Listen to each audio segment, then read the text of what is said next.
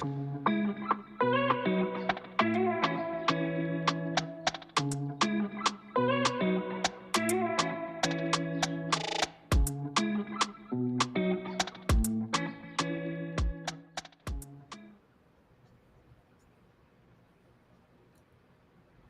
right, everyone, we are live. I am really excited because ever since we launched the Audio Leadership Club, we have started doing member spotlights. And I feel like you may have seen some of these members on LinkedIn, but now you get a chance to deep dive to learn more about them and not just learn about them, but actually get some valuable information as we talk about topics that are within their expertise. So, everyone, I would like for you to give a warm welcome to Diana. If you're tuning in live, make sure you say hello. Diana, thank you so much for joining us. Thank you for having me. This is exciting. I've been as a get a part a spectator in your audio groups, but this is great. And you know how cool everyone's like, what is an audio event, social audio event? But Hmm. how cool is it? Because believe it or not, we all kind of love podcasts. We just it doesn't always have to be video. I know I'm one that loves audio books, but sometimes when you're busy, you're washing the dishes, you're driving in your car, it brings the stress off to where you can listen and you do not feel like you're visually missing anything too much, right? I know today we do Exactly. have some slides if you do want to have that visual interaction, but I'm a huge fan of audio, I'm telling you. Absolutely.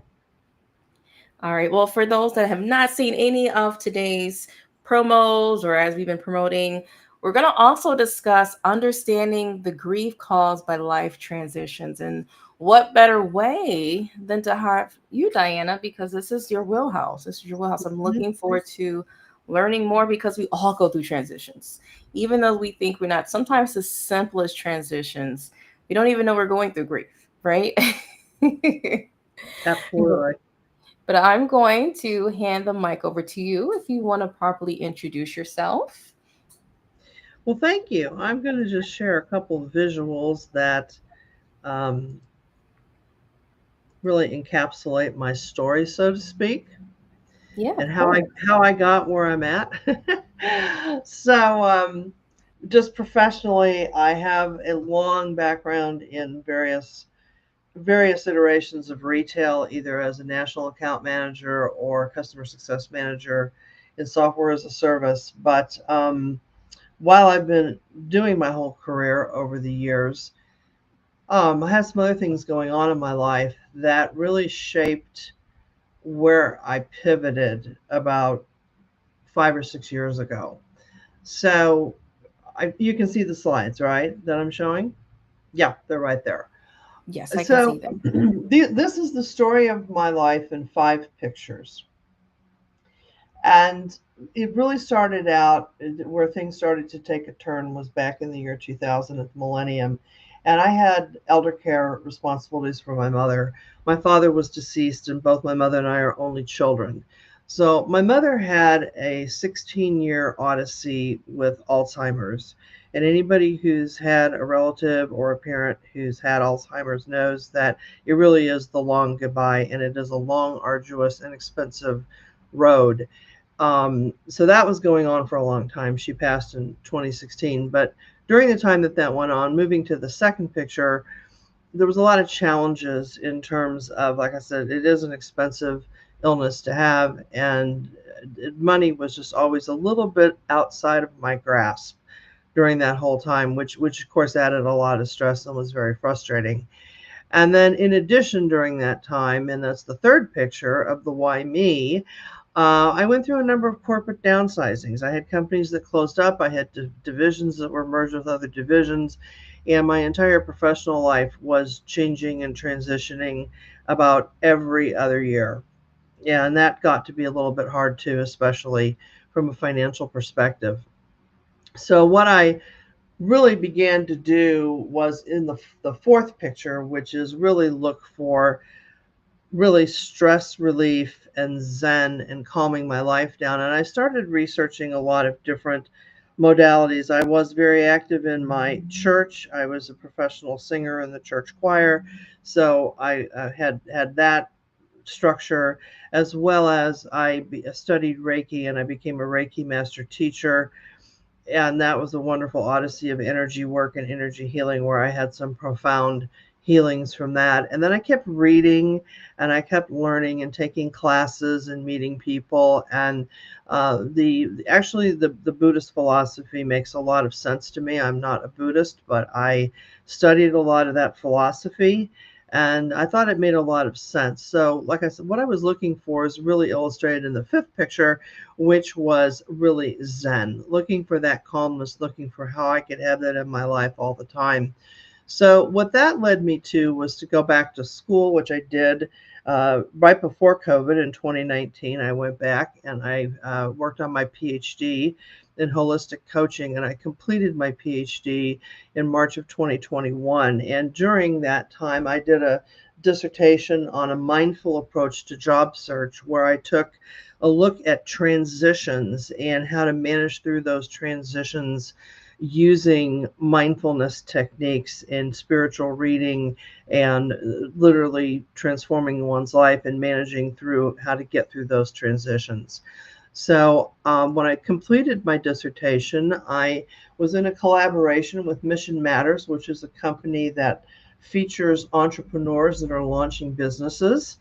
And I am in volume 10, chapter 10, in the Mission Matters book that's on Amazon. And I wrote a chapter on understanding the grief caused by career transitions. So that's really the foundation of my work, and where it all starts.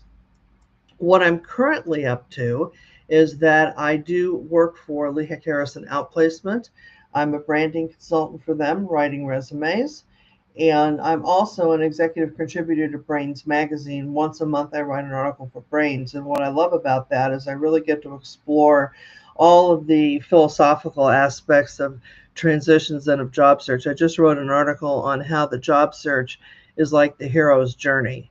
And that was last month's article. So I enjoy that. That's my little outlet for combining the two. What I actually teach in my business is I'm a little different than most career coaches, because I believe that job search is like a three-legged stool. There is the body, mind, spirit part of job search, with really is the internal part of keeping the stress at bay and working through that transition, having calm places at home to meditate, and to constantly be looking at the vision and moving that whole plan forward. Then, of course, there's the external, which we're all very familiar with, which is the resume, the LinkedIn, networking, job search groups, interviewing techniques, all of those types of things that we do in a traditional job search. And then what is beyond the control of anyone is the third party, which is the hiring processes, ghosting, and the interview timelines. So that's a little bit about what I'm doing. I'm going to stop sharing right now on that. But what I found is that the transition piece tends to be something that people don't always look at, and that's one of the things that I do feel very strongly about and want to talk about. So that's a little bit about me. I love the fact that you include mind, body, and spirit within your career coaching. Because I feel like a Yep, lot of times that is left out. yep, absolutely. That's And well, yep. no, because when you think about it, and not to go too far left, when you are looking for a job, it has an emotional connection. Like it takes so much. And people really do experience these things Hmm. going through that journey. And people teach how to do your resume, how to get a great interview questions, but they really don't deal with the emotional turmoil of what Correct, you're going through to where you correct, can show up to do those things. correct. And that's one of the things that I focus on, because I think in this also leads into my philosophy of transition. But Think of baking a cake, okay? You bake a wonderful cake, pick whatever flavor that anybody likes, okay? And picture that, and then picture you've got it all baked, it turned out perfectly, you got it out of the pan, you've turned it over, now it's on the cake pan, and you're going to start icing the cake, okay? You want to have the most delicious buttercream frosting that you can find to ice that cake, okay? And it's going to be delicious. Well, in job search, if you don't process the transition, that icing is like mud, and you're putting mud into your entire job search because you haven't reconciled what happened. You haven't taken a look at where that how that fits into your life and your life plan and what that particular experience meant. There's a big piece about needing to complete that and to make sense of it and journal about it and then make sense of that transition and then put good structures in place to heal and move forward. It also means going through the 5 stages of grief, which we normally associate with the death of a loved one, and using that as well to process a transition. And that can be used to process any transition, whether it's good or bad. I mean, to some good transitions, you're not grieving as much because you're happy. But transitions that are challenging, you're definitely going through a grief cycle because there's a sense of loss. And that especially happens with career. And I just think that it's not talked about enough. And I see so many people who rush forward into their job search panicked, because everyone, rightfully so, is panicked from a financial perspective, and they have children to support, they have mortgages to pay. I mean, there's a lot that happens there, but you do have to take a few minutes and a few days and sit there, process it, and get yourself in a good space before you can move forward, because that body, mind, spirit part is very important. And I love Sean mentioned he put good catch. Job seekers are not Yeah, robots. absolutely not. Some, well, I could talk for hours on what some companies think they are, but no, I mean, they keep, keeping it on the topic. No, he is exactly right. Job seekers are not robots. We're all human, and we have go through a lot of different things. I love it. Well, I'm going to pause for a minute because I see people are tuning in and I would love to do some shout outs. If you are tuning in live, please let us know. Because of the new structure of our events, we won't know that you're with us unless you say hi or where you're tuning in from. So I do want to give a few shout outs. I do see Melanie tuning in live. Hi, Melanie. Thank you so much for tuning in. Sean, we did see you. We just highlighted your post. So thank you for joining us. And then, of course, Meryl. Meryl, it's always great seeing you. Thank you so much for tuning in. So, if you guys are watching live, don't be afraid. Say hi if you have any questions as we are going through today's topic. Be sure to leave those in the comments. All right. Well, I'm speaking of questions. I'm going to highlight you. And because I have a particular question, I like to make myself small in a corner somewhere. Here we go. Okay, Anyway, maybe, there we go. That's better. And Sean put he's live from Guatemala. Look at that's that. amazing. I love global audiences. I'm telling you. That is All right. amazing. And actually, I didn't ask you. Where are you tuning in from, Diana? Chicago, Okay. Okay, Chicago area. Chicago. You're not that far. I'm gonna have to come see you. I'm in Yeah. Detroit. I usually go to Chicago a lot. We're gonna Oh, have to really? actually meet in person. Yeah, I'm right by O'Hare Airport, just north of O'Hare. Okay, nice. We're gonna have to put that in the book so I can actually meet you live. Oh, perfect. All And right. Well, oh, go ahead. My apologies, I was Diana. going to just say, Sean, in Guatemala, I have been to Guatemala, and I went to Tikal, the Maya site there, where they on the one pyramid they filmed from the first Star Wars movie. That's where they filmed the planes coming back in before they went out to fly out again for the death. You got to watch Star Wars, but you know what I'm talking about. There's this sentry looking out over all the jungle. That was filmed from the top of the one pyramid at Tikal in the movie. A little bit of trivia. Okay, nice. Well, I'm Big gonna have to Maya watch site. it. I'm gonna have to watch it so I can actually pass the trivia. Meryl, yes, I know Kenneth very well. And I believe I know Jenna. Yes, to your comment. All right. Well, speaking of transitions, my question to you, transitions are such pivotal moments in our lives. Why do you believe they have such a profound impact on us? And how can we do better far as understanding their role in our personal growth?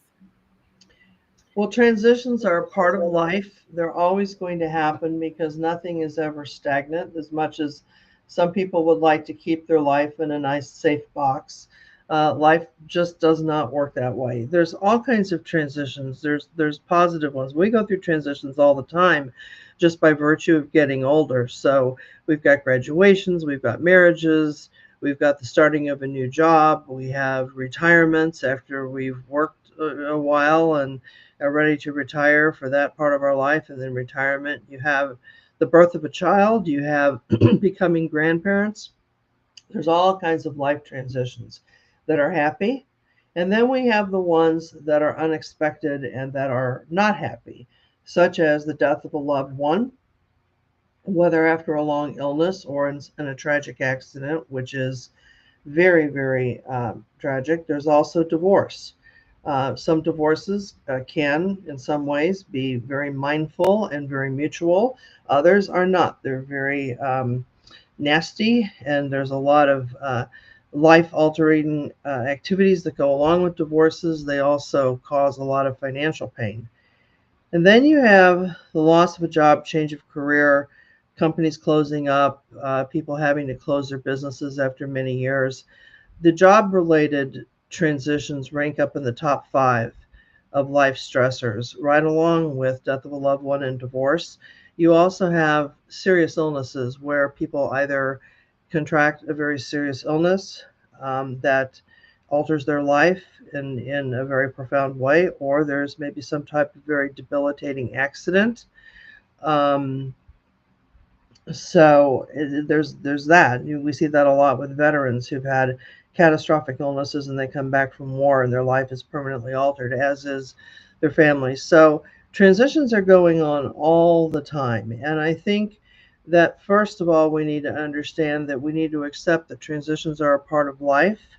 They are going to happen. And sometimes they're usually always lessons that we are meant to learn spiritually. We don't always see them at the time as a lesson, but they usually are some type of a lesson that we're supposed to be learning.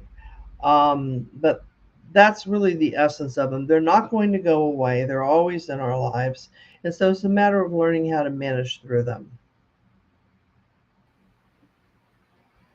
I love that. And we do have a question, so I'm going to highlight it on the screen for you, Diana. Yep, This question is from Sean. Can you see it? yep. So, in your experience guiding professionals through career transitions, how do you help individuals balance the drive for achievement with their need for personal well being, especially when passion for their work risks leading to burnout? Well, I think if someone is that passionate about their work, first of all, bravo if they have found that level of satisfaction that they are passionate about their work and it's a positive thing. But I think that work life balance is something that's important that people need to understand by really experiencing it and by starting to put in even little breaks of time where they are supporting their own well being.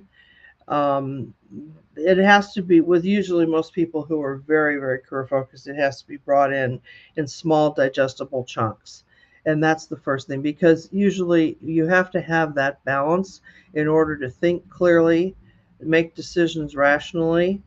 So in order to keep that good momentum going in the career, you want to take time for that balance. If you study a lot of the famous, very successful CEOs, if you study any of the work of Tony Robbins or Brendan Burchard, you will find that they are all teaching some type of routines to their CEO clientele to have them balance and unplug and rejuvenate and refresh, because the mind and the body both need that. And that you basically have to just have these people try it and try it for 5 minutes, then 10 minutes, then 15 minutes. and then starting to add to the time, whatever that would be, to unplug for them. Because I think most people tend to forget that when they're hard striving forward. So that's how I start with people. I actually, in my job seeker groups, every month on Friday, second Friday of the month, I start with a 5 minute meditation in that job seeker group, which is surprising for some people. So, I, I think that's amazing, actually. yeah. It's like you getting your mind clear first so you can get ready for what you need to do. I feel like Hmm. people fail to realize how much the mind plays in a lot of things.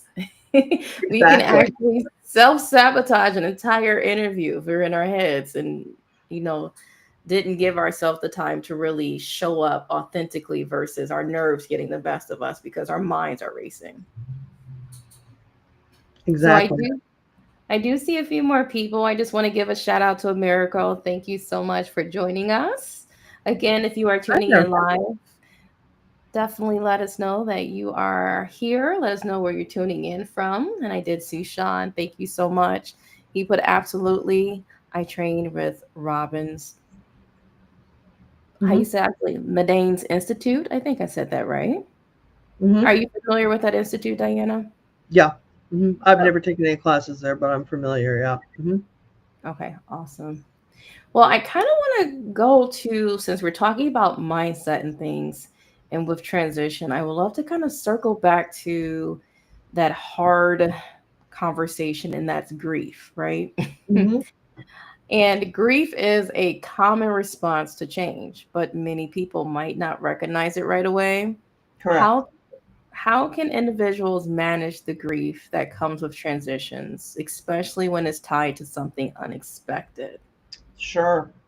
Well, I think that there's a couple things to consider when you're going through a transition. First off, is to look at the transition and to try to define it.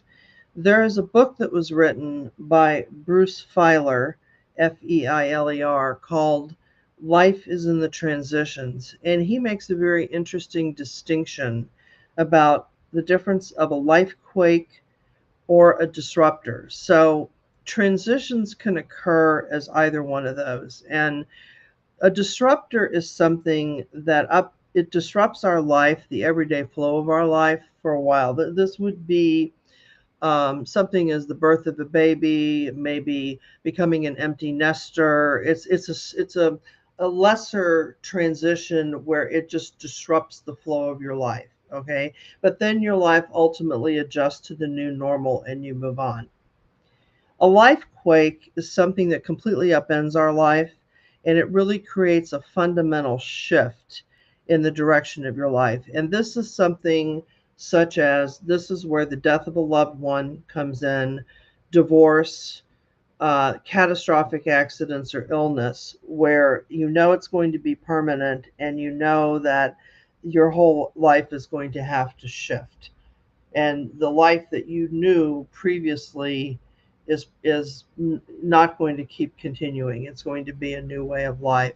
So that it's important to distinguish between those two, give some thought to it, because it might not be as bad as one thinks in the moment. And then the second piece of reflection really deals around the 5 stages of grief. And most people have heard about the 5 stages of grief as it relates to someone dying.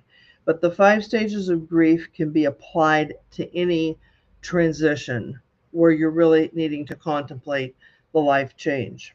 And the 5 stages can be remembered by the acronym DABDA, DABDA, and it's denial, anger, bargaining, depression, and acceptance. Those are the 5 grief steps. So there's a piece about taking time to process through those 5. Now, the processing of those 5 does not take a day or two. It usually takes a series of weeks. And in some cases, in the case of a death of a loved one, it could take a year or more to go through. But the denial, first part of it, is really the shock or the disbelief, not believing that it happened, that the information is almost too much to bear. and we really can't process it. We sit there in shock for a while. The one thing about this stage is it starts to allow the grief to be then split up into manageable pieces. If you believe there are manageable pieces to grief, it's like anything else. You break it down, it's a little bit easier to deal with. Denial gives way to anger, and anger is a really necessary stage of the healing process because it starts to give strength and structure to the nothingness of the loss. It starts to help us put the loss into perspective mentally and emotionally to where we can start to move forward. The bargaining is the third stage where we start thinking about all the what ifs. Oh, what if I would have done this? What if I would have done that? What, if it would have been this way, this way. We go back and we second guess ourselves because we're wanting life back the way that it was. And there's a certain point where we realize that the if only is a futile step and that we have to move forward. So there's a reconciliation that occurs internally there. And then the next step, which a lot of people are very familiar with, and this is a stage that people can stay at for a long time, is the depression stage. This is where it seems like it's endless. The grief is going to go on endlessly. You start to take real stock of what the loss is, and you start dwelling in it a little bit. And depression is very soul searching, and it can take you to a deeper place in your psyche and in your soul. So it's a lot of contemplation, and what happens is that you do hit a point where then you move into acceptance because you realize that you're not going to get back the past, that you're going to need to move forward, and you start to pick yourself up and move forward, and you deal with the new permanent reality. So this is the place in the grief cycle where the place of true healing starts. It's in the acceptance, and it's learning to live with the loss. Now, you can imagine that if you apply these 5 steps to different things that happen in your life, that there would be different lengths of time potentially that you could be grieving. Like I said, with death of a loved one, it could be a few years. We've all known people that have had that, where people are ready to start re-engaging with their communities again after a certain period of time. There's a theory with the death of a loved one on all the firsts, like their first birthday that comes and goes and they're not here, the first anniversary, the first Thanksgiving, the first Easter, the first Christmas. If there's other special things that you shared with that person, if there were certain things that meant a lot to them at certain times of the year, it'll be the first that you're experiencing it without them. There's an entire theory in the grieving process about managing through those firsts. So that could take a while. Now, with regards to professionally, it really has to deal with accepting what has gone on, accepting that how the landscape has changed, and that you're going to move forward. The thing that people get caught up in, and one of the things I coach on, is that you cannot get so hung up and have your job become your identity that if something happens to the market, these outside influences that I always talk about, that could affect that and could change the course of your job. I mean, look at in our lifetimes, look at some of the industries that have been rendered obsolete by the advance of technology. Okay, we're seeing that happen right now with the advance of AI. And as things start to shift in the way of doing business shifts, there are going to be some things ending. So we all have to be aware of what these things are, and be objective and try to put some objectivity into the processing of a transition, especially when it's professional. So that's how you dig down through the 5 grief steps and how you process through that.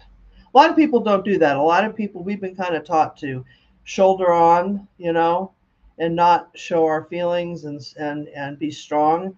But what happens is that eventually it'll catch up with you emotionally, and And that is you will process through it eventually because you can't go without processing it. And that is so very true because it does catch up. And I love the fact that you apply the stages of grief to other aspects rather than just losing someone. And that I've actually seen someone post something on LinkedIn a while ago that caught my attention. And they said, you'd be surprised how large the percentage or the number of individuals that actually go into an interview that is fighting depression and they don't get the job because of their skill set or capabilities, but they do not get the job because they wasn't able to push past the depression to show up for themselves. Exactly. Or they haven't let go of what happened in the old job, and so they identify as the old job, especially people who've been in the same profession for, 20, 30 years, and they get laid off and they still need to be working. So, yeah, it's very important to process through it, and people, we don't think about that in our busy lives, but it's very, very important. I agree. Well, I don't know if you can see the comments, but we have more people tuning in live. So I'm going to do a Yeah, I few see shout this. outs. Yeah. I'm excited. So I do see Lisa. Hi, Lisa. Thank you so much for joining us. I appreciate it. If you're, I'm in Eastern time zone, so it is 7 over here. So if it's in the evening where you're located, we appreciate you guys tuning in with us. Also, I see Jay has joined us. Hi, Jay. Thank you so much. We appreciate you for tuning in. Of course, we did see earlier, but I want to give more shout outs. Melanie is still with us. Hi, Melanie. We appreciate you. Christy is with us. Hi, Christy. Thank you Yeah. so much for tuning in. And you know what, Meryl, I'm going to give you a shout out because I know you are sending these invites and we appreciate you for having, well, spreading the word of today's event and having all these amazing people join us. I do see Kenneth with us. Hi, Kenneth. Thank you so much for joining us. So I think I did. Oh, I see Noni. Hi, Noni. Thank you so much for tuning in as well. I think I caught all our new ones, right? Do you see anyone else? We did give Americo his shout out. And then Sean. So thank you guys so much for tuning in. I always get excited when people tune in live. I love the interaction. It's great. All right. Well, the fact that like when you were telling me just more about what you do as far as career coaching, what really attracted me to you is the fact that you care more than them just getting the job. You care also about their well-being.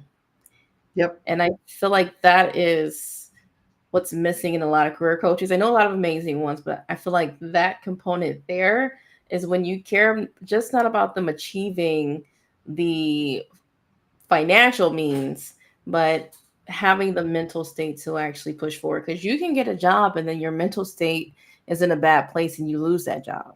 Right. So, I think that I think that people need to, when they're looking for the anything professionally, whether it be entrepreneurism or whether it be as an employee of a company, that you have to be very clear about your value system and what your values are. And I think a lot of us think we know what our values are, but it helps to really understand them. And I'm not talking about the Myers Briggs test or the DISC test or Gallup and all the Gallup Strength Finder. Those are all important, those are the hard skills. But I'm talking about values, the values that you live into, because if a company doesn't have your values, ultimately um, it's going to come crumbling down. And there's ways, if you distinguish your values and you understand what they are, and then you take a look back at the jobs that you've had or the situations that you've had, to earn money, and you take a look at what you enjoyed versus what you did not enjoy, and you overlay those skills, those tasks over the values, you will come up with a very good 3D look at what your preferences are and what you prefer, and you can arrange your interview questions and be thinking about that as you go through the process of these transitions. Like I said, either for a another job or either for an entrepreneur. Like for instance, for entrepreneurs, what types of clients do you want to attract? And are these clients going to be in tune with you in terms of what you're teaching? That's very important. One of the things that I do talk about with people in a discovery call is I do determine their level of awareness about mindfulness and about balancing and about self-care, because if they're the type that just are not down in, they're not deep about that, they haven't thought about their well-being or their values, then if they're only about the hard, the resume and all these structural things, I'm not the right person to work with, because I'm going to be talking about the values piece. I'm going to be talking about the mindfulness piece. I'm going to be talking about the red flags to be looking for about how people act during that meeting process and that interview process. So it's very, very important to have people. And I've had people have big aha moments with the values, even though they thought they knew what their values were. I have just a very simple test that people circle and then bucket them into 5 buckets, and then prioritize it based on ranking everything. And it's usually a pretty aha moment for them. And then the others with the skills, I call it the naughty and nice list. Like, what did you like? What did you not like doing at your jobs? And people can know how to question accordingly for that as they're going to move forward, because you really want to know if you're going to have to work in that or not. So it's really important to do that and to not just plow forward, because if people just plow forward without processing these things, and people are certainly free to do that, and some people get through life very well without processing things, but I also don't believe they really understand who they are, because nothing's better to understand who you really are at your core than doing the self growth work to figure that out. It's just necessary. I love the idea of a naughty and nice list. I need to go and do that for myself. Yeah. The question is, if the naughty outweighs the nice, is that time to get a new job? Just kidding. Well, it could be. It could be. I mean, it depends on other factors, but yeah, it's this is not a climate to necessarily be hopping around. It would be a very thoughtful decision, because the market is pretty tough right now. Hopefully, it's going to smooth itself out by the third quarter, fourth quarter, but right now it's still shedding jobs. So, and that's all really based out of fear right now with a lot of companies. But that's the space that the market is in. It's in fear right now. No, I agree, and I like the fact that you like mentioned you have to be intentional almost in this particular market. Like you Yep. can't just be like I'm having a bad day. I'm putting in my 2 weeks. That's when you probably want to schedule time with Diana so we can get your mental, that mind, body, and spirit part together. I can't say enough about not. I see a comment in the comments about people enmeshing themselves totally in their role in terms of their identity being wrapped up in it. And I don't know, for some people who've never been downsized before, I can see how they feel that way. I can see how if someone had a good 25-year, 30-year career with one company, because in this day and age, it still happens. I got high school friends that are retiring after 40 years, and I'm originally from Kansas City, a different market. But, you know, if you've ever been downsized, and if you've been downsized more than once or twice or 3 times, you no longer have your identity wrapped up in any company. It just disintegrates, because the level of trust disintegrates. It just does. And so I don't advocate anyone wrapping their identity up in their job at all. We used to. Some people do. That's maybe how they rise to the C suite. But if it's not something you control, how can you wrap your identity up in it? It's unfortunate people do that, because it's going You to know, come crashing down at some point, and then those are the people who really have the problems. and you know Right. what? I can definitely say, Diana, it's very easy to do, especially if you've been with your job for a long period of Yep. time. It's basically not making time for yourself. Is losing that self-care element, life outside of work. If you wake up and your day is like work and you're busy and you're so tired when you go home, you kind of fall into that pit to where the only thing you're talking about, the only thing you're doing is work. If you're coming home and you're thinking about work projects or trying to catch up, the next thing you know, your whole identity is your job. Right. And it's unintentional. People, you'd be surprised how many people don't even realize That's, yep. that work is their identity because they feel like, well, this is just my normal. Yep. And funny story, I was out and someone asked me, what are your hobbies? I couldn't answer it. I was like, oh, wow. Okay. This is like, because I've been in my company for um, little 9 years now. And that's when I realized, like, okay, it's time for some hobbies. If I can't answer this question, because I just can't say work and being a mom. I'm a human being. For my own mental state, my life has to consist of more than just going to work and being a mom. Now, being a mom is amazing, don't get me wrong, but you can also lose your identity into that as well. Exactly. But since we're kind of talking about like the mind, body, and spirit, I want to kind of ask you a question regarding the spiritual insights or the spiritual thing type of thing, if Uh-huh. that's okay.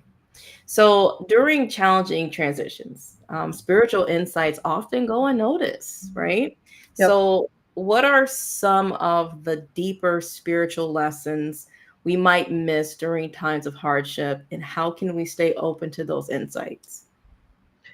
Well, I know they say that there's a cliche one called "This is happening for a reason," but some I don't think it's cliche, but some people think it's cliche.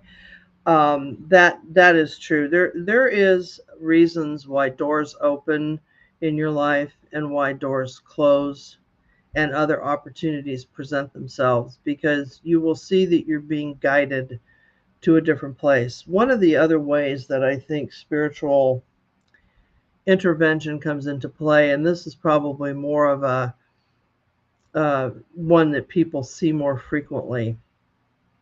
Have you ever been driving and you know that you should slow down or pull over?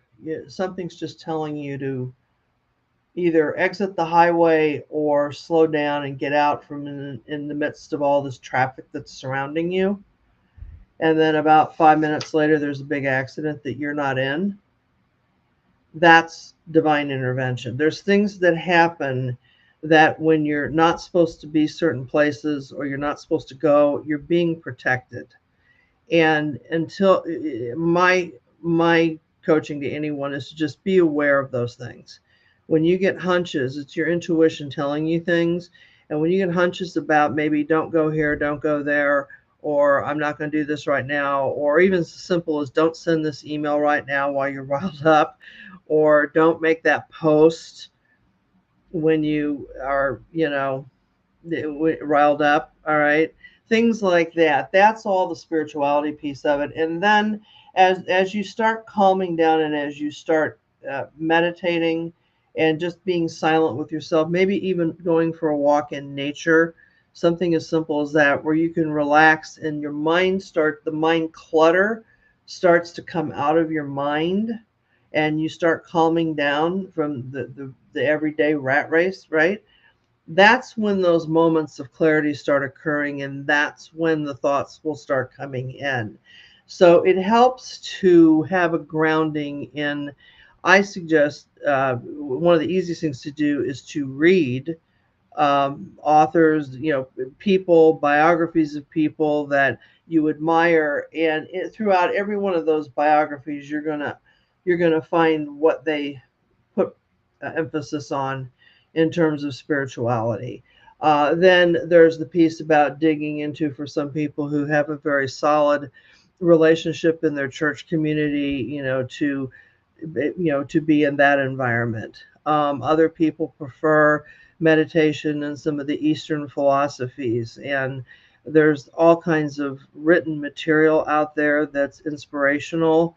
That some people find Bible verses very inspirational. Some people find Buddhist wisdom very inspirational. It just depends on what people like.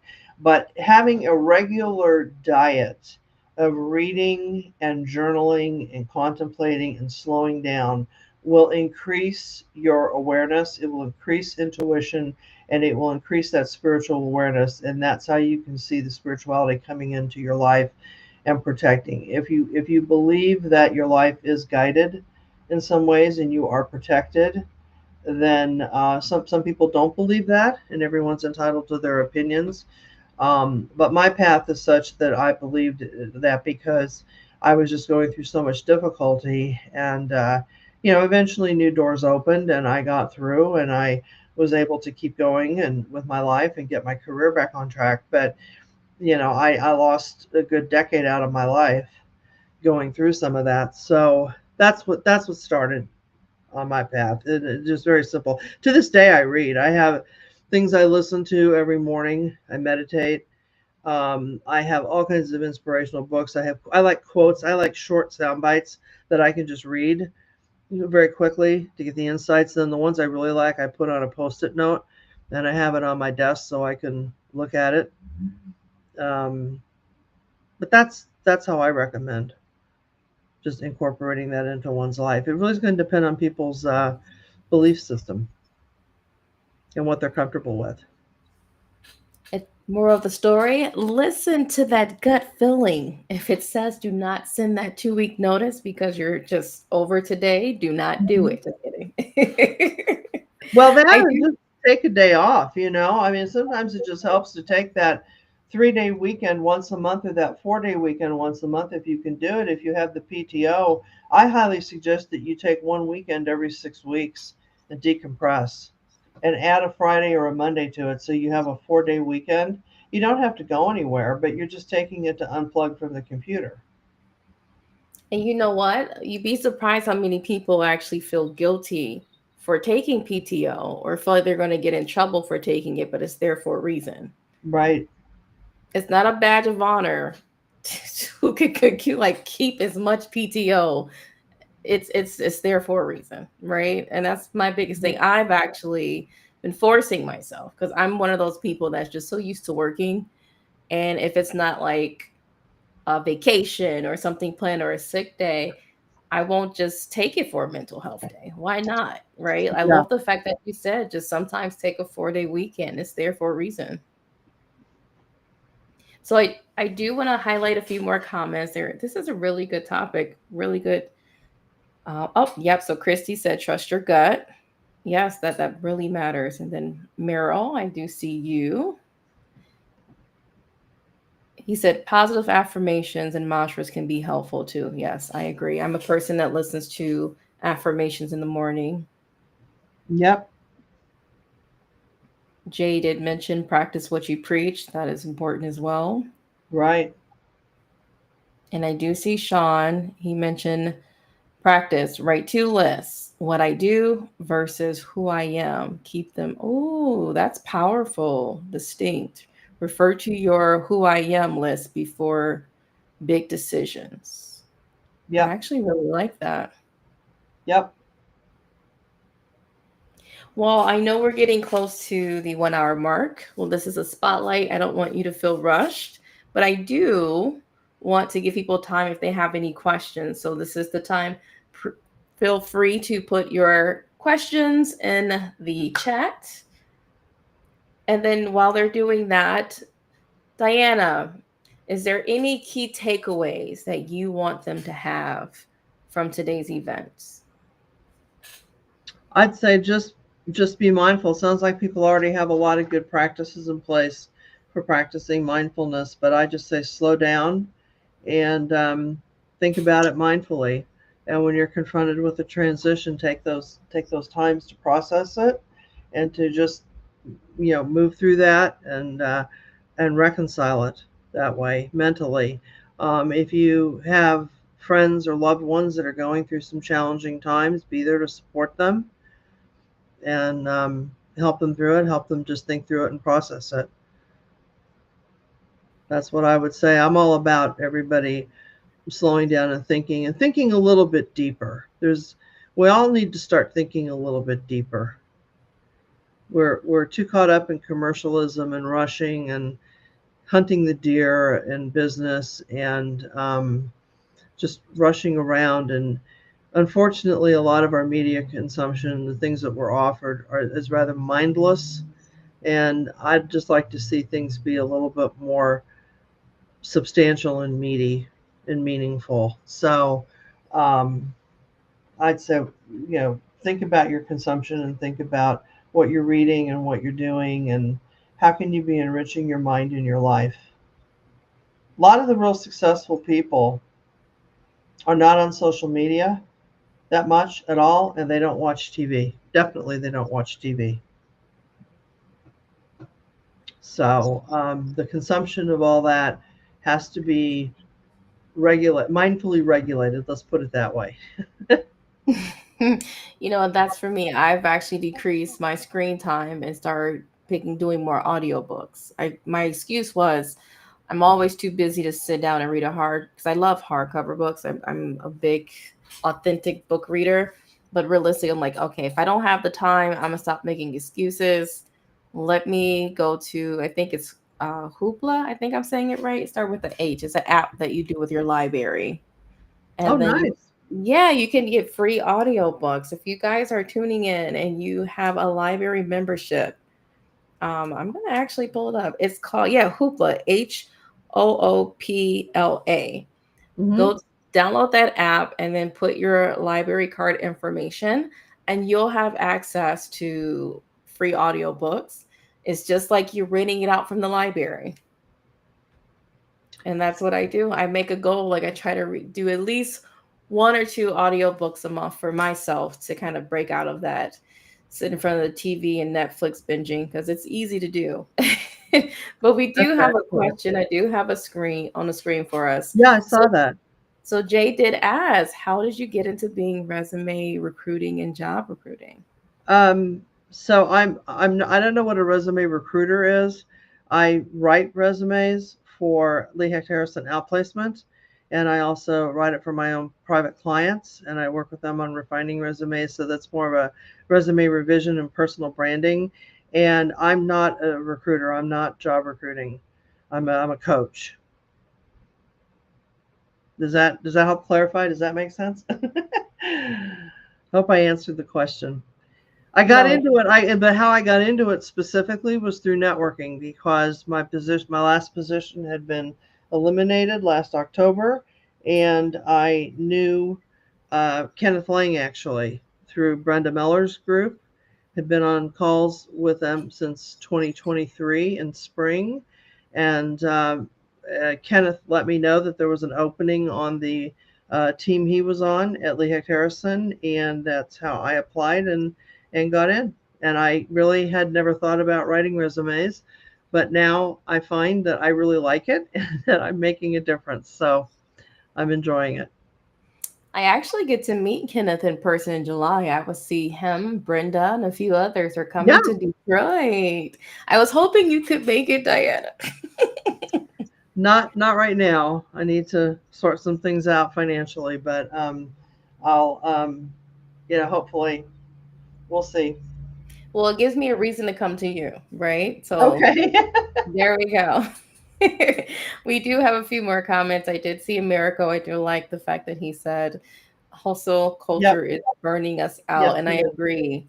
Yes. I no longer desire the hustle culture. Yep. Well, I desire the peaceful and paid culture, if that even exists. I want to be peaceful and paid, not busy and burnt out. All right, everyone. Well, Diana, we do have a few QR codes. For those that are familiar with me, I love bonuses. I love giving you guys things for tuning in. So I want to highlight a few QR codes. The first one is your simple habits to improve your week with, I think it's mindfulness. Mindfulness. Mindfulness. Yeah. Just some quick hacks to simplify your life and calm down the freneticism. It's a quick PDF handout with just some quick things you can do for morning routines, evening routines to wind down for the day, get going for the day, start your day strong. So everyone, I did post that link in the chat as well, so you should see that. If you're not able to scan the QR code, I want to make sure if you're on a mobile device, you can just click that link in the chat and get access to that. Also, too, I would love for you to talk more if they want to kind of actually work with you or book a Yep, discovery call. absolutely. The link's right on my LinkedIn profile. Thank you for putting the QR code up there for that. And if people aren't connected, please connect with me on LinkedIn. I always believe in expanding networks and helping each other out. Then there's the QR code for my LinkedIn profile. I This love is it. this has been a lot of fun, Amelia. I've enjoyed it. And Well, I thank have you to for say, I joining kind me. of enjoy not being on camera, but it's all right now. It's I feel like I'm pulling you into the audio world. I love I my love camera it. people. I'm not pulling people from the camera. Secretly, I am. Just kidding. Hmm. I love audio events, and I always like to prove people like audio events gets just as much engagement. I love to see everyone. I see Kenneth, I see Sean, I see Meryl, just doing the shout outs, Americo, Christy, Jay, Sean, everyone that just tuned in live with us and showed support. For me, I feel like it's just as fun. It's just as valuable to me. And then, of Yep, course, like you mentioned, sometimes you're in a situation to where camera is not convenient and there's right. different time zones. It's global. We have people in Guatemala. I would like to know as we close out, where are you tuning in from? Because I always find that to be the funnest to see how these events are expanding our reach, right? And I feel like LinkedIn and with these live events, it's now giving us global reach where our voices can reach individuals all over the world. How cool is that, right? That's very cool, especially since LinkedIn is global. Exactly. Exactly. I like Kenneth. Every time I see his comments, I laugh. He said today's conversation is so delectable. Delectable, scrumptiously delicious. Well, Good. thank Glad you like. you. That is such a. I'm blushing right now. All right. Well, you know what? Thank you guys so much for tuning in. Diana, I will allow you to close things out if you want to say farewell. I just want to thank everyone for coming and hope that I inspired some thought provoking ideas. And please reach out and connect with me if you'd like to talk further. And I'm just trying to get the message out about mindfulness. And my parting words are for anyone who knows anyone in job search or they're searching, your job search does not need to hurt. I love that. I love that. And you know what, everyone? If you have not heard of the Audio Leadership Club, this is another member spotlight. Diana is a member of the Audio Leadership Club. So if you are a member, feel free to reach out, connect if you need her services, if you need her guidance or support, advice. We are a community that support one another. So I just want to make sure you guys knew who Diana was and get to know your members. I feel like a lot of times we join these membership communities and have no idea who are within them and what they do. So these spotlights are an opportunity for you to get to know one another. And one thing I did not know, Diana, I'm super happy we did this. I did not know you were a Grammy winner. Oh, yes. That's my trivia secret. But I sang, my degrees are in music, in voice, and I sang with Chicago Symphony Chorus in the chorus for 11 years. And in 2009, we did the recording of the Verdi Requiem with Riccardo Muti, he was coming to Chicago to take over and be the new music director of the Chicago Symphony. And he came from La Scala, which is the famous opera house in Milan, and he is a world-renowned expert in Verdi and Verdi operas. And so we performed it. We knew it was something really special when we were recording it, and they were recording it for the CD collection that they sold in the gift shop. And so that was January of 2009 that we recorded it. They worked on mixing it for about a year, 2 years, to about the fourth quarter of 2010, at which time they submitted it for Grammy contention. And we won Best Classical Album and Best Choral Performance at the 2011 Grammys. Woo! So each of us got a certificate from the Academy of Recording Arts and Sciences, which is the parent organization of the Grammys. And we all got these 8.5 by 11 certificates. And then they took 8.5 by 11 pictures of the two Grammy, because the direct Muti got the statues, and so did our choral director, Dwayne Wolf. So Dwayne brought the statues to rehearsal, and they took pictures of it. And I had already moved to New York at that point, so I couldn't go get my picture taken with the Grammys, but I have the picture of them. So I have that all framed, and it was just one of the most wonderful experiences of my life, and had no idea that that was even going to go on until December of 2010, when we found out we were nominated. So that's one of those little things that I use, and those get to know you type things, of a little known fact that nobody knows about you. that's that's mine. So that capped off my singing career, and I'm a very great way to go out. And if you've never heard the Verdi Requiem, one should go listen to it. It is a very loud bombast. It's a wonderful, big. It's like an operatic work, and it's got some of the most lush music ever written in it, and it is just thrilling to perform. So big choir. It Wow. takes 165 people in the choir, Wow.